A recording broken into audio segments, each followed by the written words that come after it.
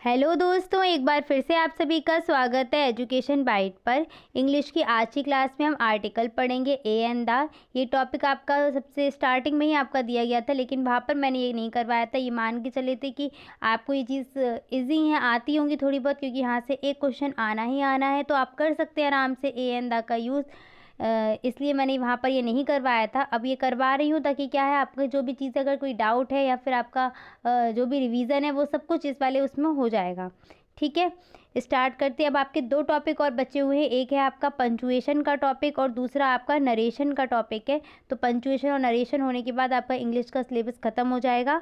इसके बाद अगर एक आध चीज़ें राइटिंग वगैरह रह गई होंगी, जो आपका पैराग्राफ वगैरह लिखने को आएगा, एप्लीकेशन राइटिंग आएगी, वो मैं आपको करवा दूँगी ये क्लास में, और वही आपका सीधे एग्जाम में हो जाएगा। रिवीजन टाइप का सीधे आप जो भी एप्लीकेशन वगैरह लिखवाएं, वहीं से आपका क्वेश्चन एक बनेगा, वो आप कर लेना।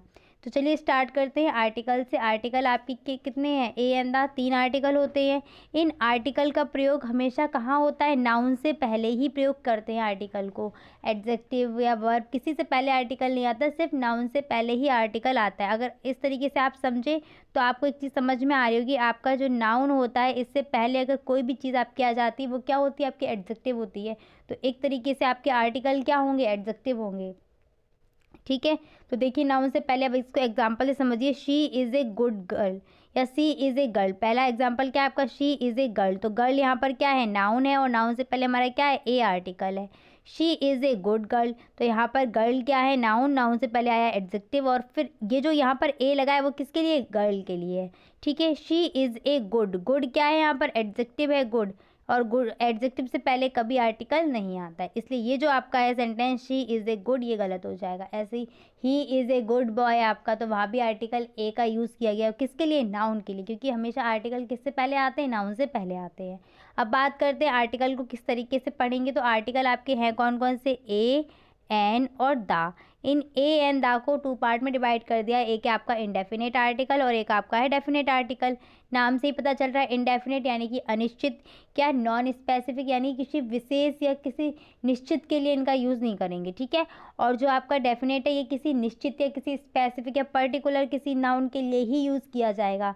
जैसे यूनिक चीज़ें हो गई, आपकी स्पेशल चीज़ें हो गई, वहाँ पर द का यूज़ होता ही होता है, और ए और एन का यूज़ अनिश्चित चीज़ों के लिए हो जाएगा। अब देखिए इनके यूज़ को समझते कैसे होगा। तो ए का यूज़ देखिएगा, सबसे पहले अनकाउंटेबल नाउन के साथ यूज़ नहीं करते हैं। अनकाउंटेबल नाउन किस कौन कौन से होंगे? जिनको हम काउंट नहीं कर सकते, जैसे बटर हो गया, मिल्क हो गया, ऑयल हो गया। ठीक है, इन सब चीज़ों को काउंट नहीं कर सकते, तो ये आपके अनकाउंटेबल नाउन हो गए। इनके साथ हम ए का यूज़ नहीं करेंगे। कब कर सकते हैं इनके साथ यूज़, वो मैं अभी आपको बता दूंगी। जब हम इनको काउंटेबल बना लेंगे तब इनके साथ हम ए का यूज़ कर पाएंगे। नेक्स्ट क्या है? ए का प्रयोग सिंगुलर काउंटेबल नाउन के साथ किया जाता है, यानी कि सिंगुलर इसका मतलब एक, काउंटेबल जिनको गिन सकते हैं, जैसे बॉय हो गया, गर्ल हो गया, तो a boy, a girl, a child.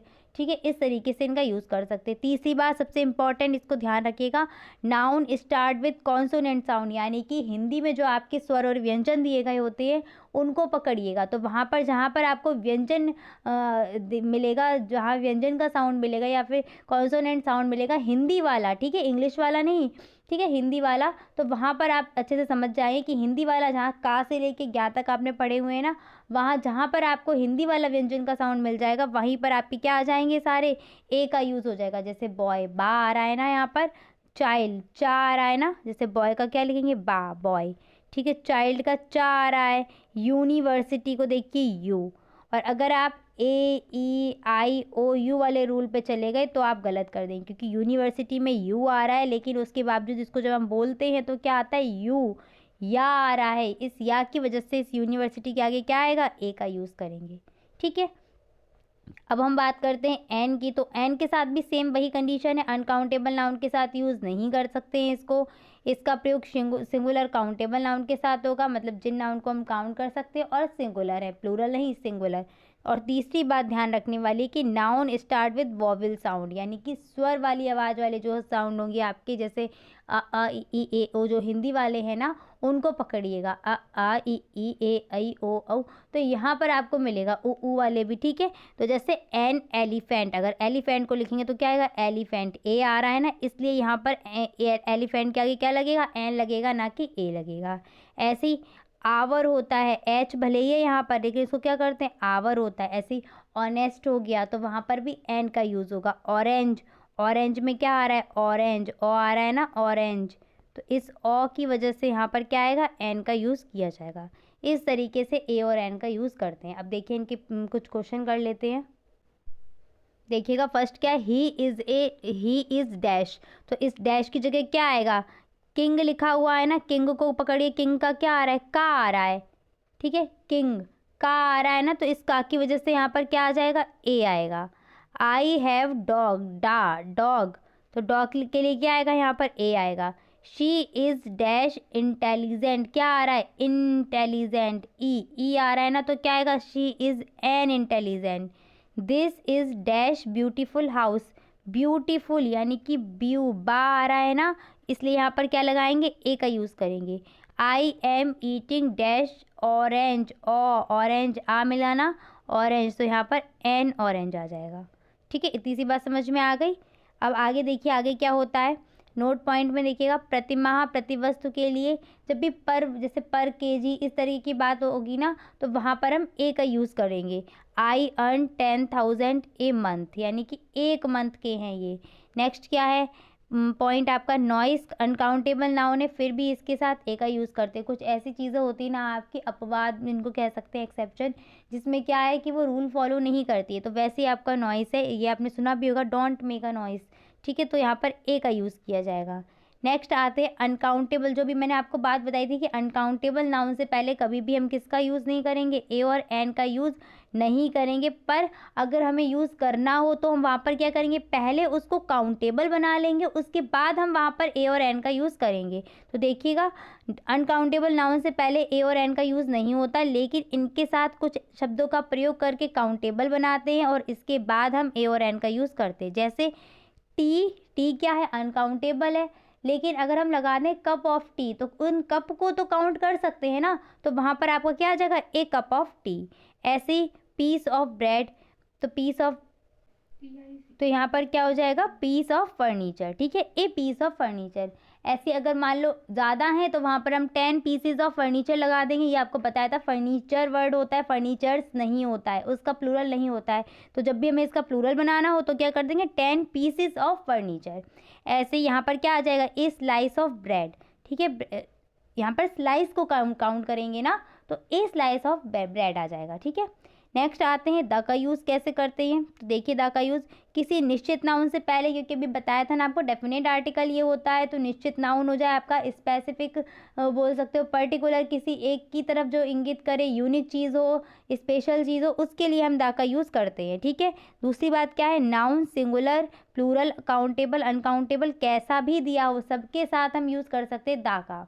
ठीक है, चाहे वो काउंटेबल हो, अनकाउंटेबल हो, सिंगुलर हो, प्लूरल हो, कोई मतलब नहीं हमें, बस वो चीज़ कैसी होनी चाहिए, निश्चित नाउन होना चाहिए। ठीक है, ये जो यहाँ पर कुछ आपको दिए गए हैं पैराग्राफ वगैरह, इसको समझाने से पहले आपको मैं बाकी के दा के यूज़ बता देती हूँ कि कहाँ कहाँ चीज़ें ऐसी जहाँ पर दा का यूज़ होता ही होता है, उसके बाद हम इसको करेंगे आगे। ठीक है, तो फर्स्ट देखिएगा द का यूज़ कहाँ करते हैं, यूनिक वस्तुओं से पहले, यानी कि यूनिक जो चीज़ें हैं, जैसे मून हो गया आपका, the world, the sun, the earth, the moon, the universe, इस टाइप से जो आएंगी यूनिक चीज़ें, उनके साथ द का यूज़ करेंगे।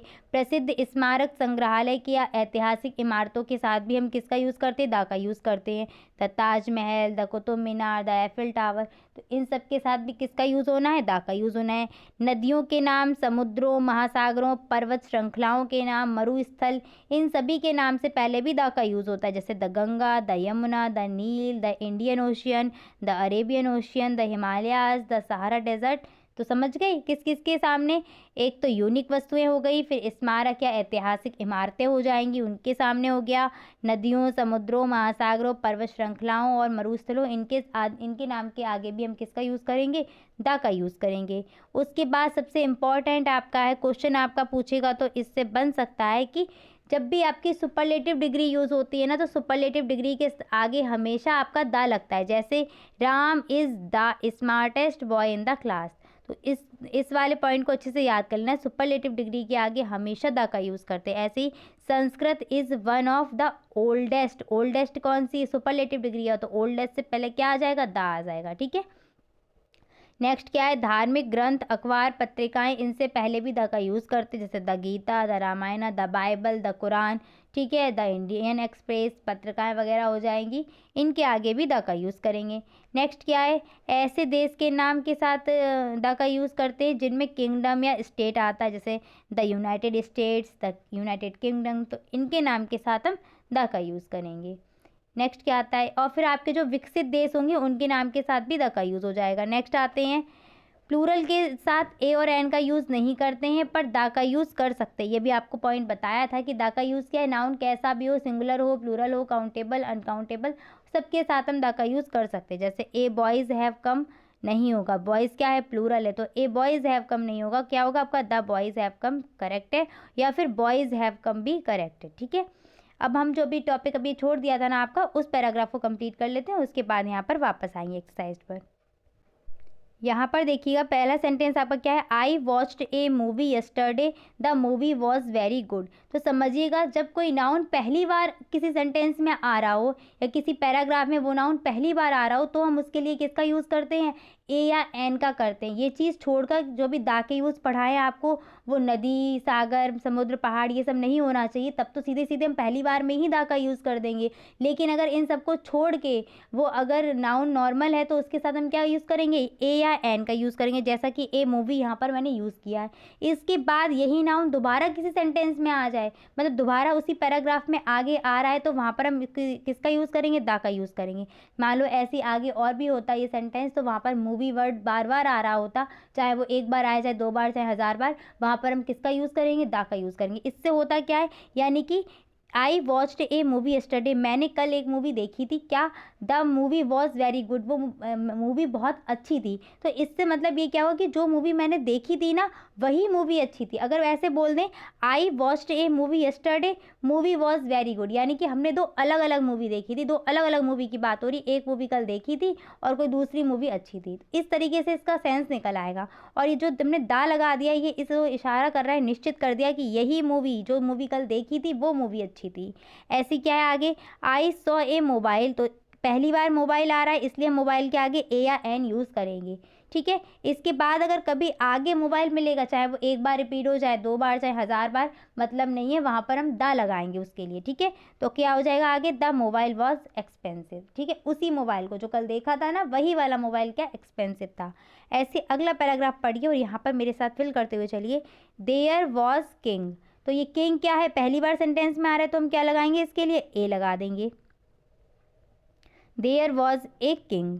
ठीक है, अब फुल स्टॉप के बाद किंग हैड, अब ये किंग फिर रिपीट हुआ है ना, अब चाहे ये किंग आगे कितनी बार भी आए वहाँ पर हम क्या लगाएंगे, द लगाएंगे, तो लगा दो the king had dash daughter, तो डैश डॉटर, डॉटर भी पहली बार आया तो क्या आ जाएगा, ए डॉटर। ठीक है, अब ए आएगा या फिर एन आएगा, ये ए एन का रूल मैंने आपको बताया था, वॉवेल साउंड होगा तो एन आ जाएगा और कॉन्सोनेंट साउंड होगा तो वहाँ पर ए आ जाएगा। फिर क्या है, डैश डॉटर वॉज अनएजुकेटेड, तो डॉटर पहली बार आई थी तो वो आ चुकी है, ए हो जाएगा उसके लिए। इसके बाद अब डॉटर फिर आ रही तो हम डॉटर के लिए क्या लगाएंगे, द यूज़ करेंगे। ठीक है, dash father called dash teacher, अब देखो फादर यहाँ पे है कौन, किंग ही तो फादर है, और किंग पहले ही एंटर कर चुका है हमारे पैराग्राफ में, तो अब हम क्या यूज़ करेंगे यहाँ पर, ए नहीं द का यूज़ करेंगे, तो द फादर। ठीक है, the father called dash teacher, teacher पहली बार वर्ड आया है तो टीचर के लिए क्या लगाएंगे, ए लगाएंगे। ठीक है, और अब टीचर एंटर कर चुका है, अब टीचर आगे सेंटेंस पढ़ो, dash teacher gave dash English sentence, तो टीचर अब तो पहले तो एंटर कर चुका था ना, तो वहाँ पर हमने ए लगा दिया, अब इस यहाँ पर क्या लगाया जाएगा, the teacher gave English sentence पहली बार आ रहा है यानी कि ए इंग्लिश सेंटेंस, और सॉरी इंग्लिश ई आ रहा है ना, तो ए नहीं आएगा, क्या आएगा आपका, एन इंग्लिश सेंटेंस। ठीक है, an English sentence to dash girl, girl पहले ही पैराग्राफ में एंटर कर चुकी थी तो अब क्या आ जाएगी हमारी, द गर्ल। ठीक है, समझ में आ गई इतनी बात, इस तरीके से इसको करते हैं। अब जो मैंने अभी आपको सेंटेंस छोड़ दिए थे वहाँ एक्सरसाइज के, उनको मैं कंप्लीट करा देती हूँ एक बार। फर्स्ट सेंटेंस देखिएगा, she is dash best player, बताइए क्या आएगा, बेस्ट आ गया ना, बेस्ट क्या है हमारी, सुपरलेटिव डिग्री है ना, तो इसके आगे क्या लगाएंगे, हम द लगाएंगे। ठीक है, I bought dash pencil dash pen and eraser, तो लगाइए पेंसिल पा, तो पा के लिए ए, पेन तो ए पेन, एंड इरेजर, ई आ रहा है ना, तो क्या आ जाएगा एन इरेजर। ठीक है, नेक्स्ट क्या है, Nile is dash longest river in dash, तो वर्ड। ठीक है, तो लगाओ, नील क्या है, रिवर है एक, तो इसके आगे क्या लगेगा, द लगेगा, लगा दीजिए द। लॉन्गेस्ट, लॉन्गेस्ट क्या है आपकी सुपरलेटिव डिग्री है लॉन्गेस्ट, तो सुपरलेटिव डिग्री से पहले हम क्या लगाते, द लगाते, तो लगा दो द। ठीक है, इसके बाद river in dash word, word क्या है, यूनिक है, स्पेशल है, तो इसके आगे क्या लग जाएगा आपका, द लग जाएगा। ठीक है, तो the Nile is the longest river in the world. Next क्या है, dash sun is a star, तो सन क्या है, यूनिक है, क्या है हो जाएगा इसके आगे, द का यूज हो जाएगा। नेक्स्ट क्या है, I saw dash accident, A accident, तो इस एक्सीडेंट के आगे क्या लग जाएगा आपका, एक्सीडेंट, यानी कि ए का साउंड आ रहा है, वॉवेल साउंड आ रहा है, तो ए और एन में से क्या आएगा आपका, एन आएगा। ठीक है, इतनी बात समझ में आ गई। इसी तरीके से आपको सेंटेंसेस मिलेंगे, आए हुए हैं आपके एग्जाम में, एक या दो सेंटेंस आता है आपका ऑब्जेक्टिव में, तो वहाँ पर अब आप आराम से इसको कर सकते हैं। ठीक है, तो मिलते हैं नेक्स्ट क्लास में। अगर वीडियो अच्छी लगती है तो प्लीज़ अपने दोस्तों को ज़्यादा से ज़्यादा शेयर करिएगा। आपका 2 ही टॉपिक बचा हुआ है, एक नरेशन का और एक पंचुएशन का, तो मैं आपका पंचुएशन करा दूँगी, उसके बाद कल आपका नरेशन हो जाएगा। ठीक है, thanks for watching and please like share and subscribe my channel. Bye bye, take care.